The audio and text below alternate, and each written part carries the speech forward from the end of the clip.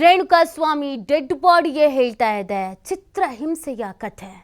Renukaswamy dead body ಮೇಲೆಲ್ಲ ಹಲ್ಲೆಯ ಮಾರ್ಕ್ಗಳು ಎದ್ದು ಕಾಣಿಸ್ತಾ ಇದೆ.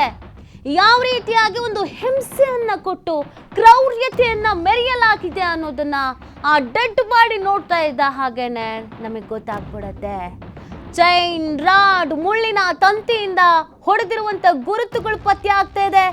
ಸಿಗರೇಟ್ ನಿಂದಲೂ ಕೂಡ ಸುಟ್ಟಿರುವ ಗಾಯಗಳು ಪತ್ತೆ ಆಗ್ತಾ ಇದೆ. ತಲೆಯ ಹಿಂಭಾಗ, ಹೊಟ್ಟೆ, ಬೆನ್ನು, ಕೈ ಹಾಗೂ ಕಾಲಿಗೂ ಕೂಡ ಬಲವಾದಂತ ಗಾಯಗಳಾಗಿದೆ.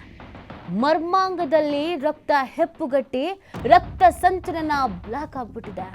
ಹಲ್ಲೆ ಹಾಗೂ ಮರ್ಮಾಂಗದ ಗಾಯದಿಂದಲೇ ರೇಣುಕಾಸ್ವಾಮಿ ಸಾವನ್ನಪ್ಪಿರುವುದು ಅನ್ನೋದು ಡೆಡ್ ಬಾಡಿಯನ್ನ ನೋಡ್ತಾ ಇದ್ದ ಹಾಗೇನೆ ಗೊತ್ತಾಗ್ತಾ ಇದೆ.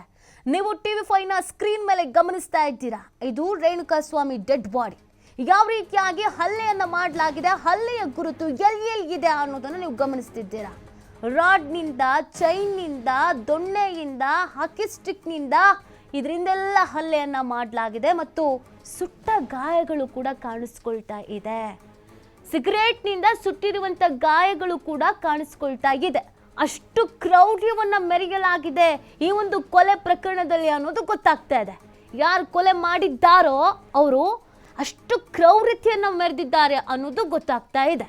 ನೋಡಿ, ಆ ಬಾಡಿ ತುಂಬಾನು ಕೂಡ ಕಲೆಗಳೇ ಇದೆ. ಹೊಡೆದಿರುವಂಥದ್ದು, ಸುಟ್ಟಿರುವಂಥದ್ದು, ಗುದ್ದಿರೋದು ಎಲ್ಲವೂ ಕೂಡ ಕಾಣಿಸ್ಕೊಳ್ತಾ ಇದೆ. ಚಿತ್ರ ಹಿಂಸೆಯನ್ನ ಅನುಭವಿಸಿಗೆ ರೇಣುಕಾಸ್ವಾಮಿ ಜೀವ ಹೋಗಿದೆ ಅನ್ನೋದು ಆ ಡೆಡ್ ಬಾಡಿಯನ್ನ ನೋಡಿದ ಎಂಥವ್ರಿಗಾದ್ರೂ ಕೂಡ ಗೊತ್ತಾಗತ್ತೆ.